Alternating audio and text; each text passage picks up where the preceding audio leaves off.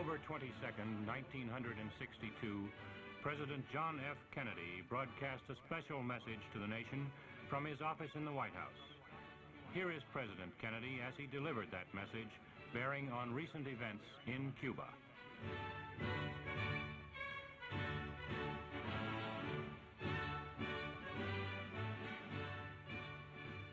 Good evening, my fellow citizens. This government, as promised, has maintained the closest surveillance of the Soviet military buildup on the island of Cuba. Within the past week, unmistakable evidence has established the fact that a series of offensive missile sites is now in preparation on that imprisoned island. The purpose of these bases can be none other than to provide a nuclear strike capability against the Western Hemisphere. Upon receiving the first preliminary hard information of this nature, last Tuesday morning at 9 a.m., I directed that our surveillance be stepped up. And having now confirmed and completed our evaluation of the evidence and our decision on a course of action, this government feels obliged to report this new crisis to you in fullest detail. The characteristic of these new missile sites indicate two distinct types of installations. Several of them include medium-range ballistic missiles capable of carrying a nuclear warhead for a distance of more than 1,000 nautical miles.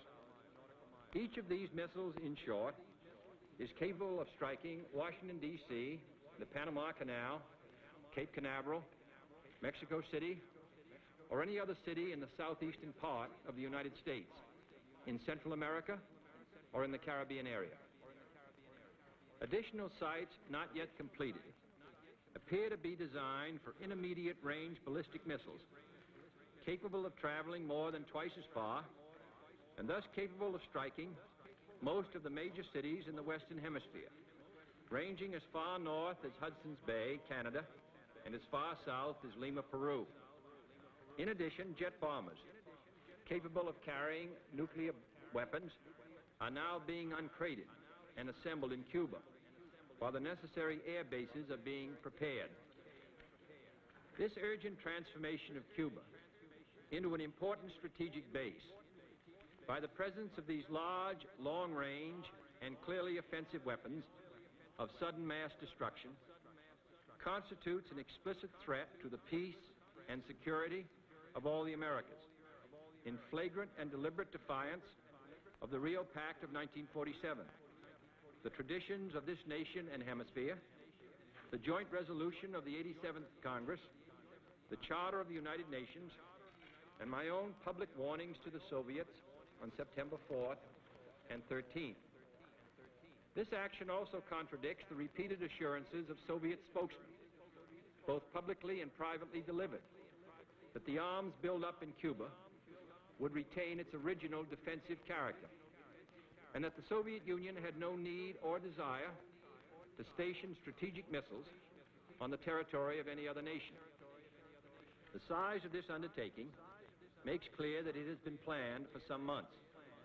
Yet only last month, after I had made clear the distinction between any introduction of ground-to-ground missiles and the existence of defensive anti-aircraft missiles, the Soviet government publicly stated on September 11th that, and I quote, "The armaments and military equipment sent to Cuba are designed exclusively for defensive purposes," unquote.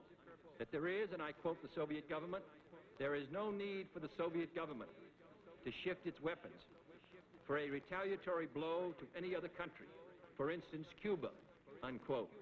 And that, and I quote the government, "the Soviet Union has so powerful rockets to carry these nuclear warheads that there is no need to search for sites for them beyond the boundaries of the Soviet Union," unquote. That statement was false. Only last Thursday, as evidence of this rapid offensive buildup was already in my hand, Soviet Foreign Minister Gromyko told me in my office that he was instructed to make it clear once again, as he said his government had already done, that Soviet assistance to Cuba, and I quote, "pursued solely the purpose of contributing to the defense capabilities of Cuba," unquote. That, and I quote him, "training by Soviet specialists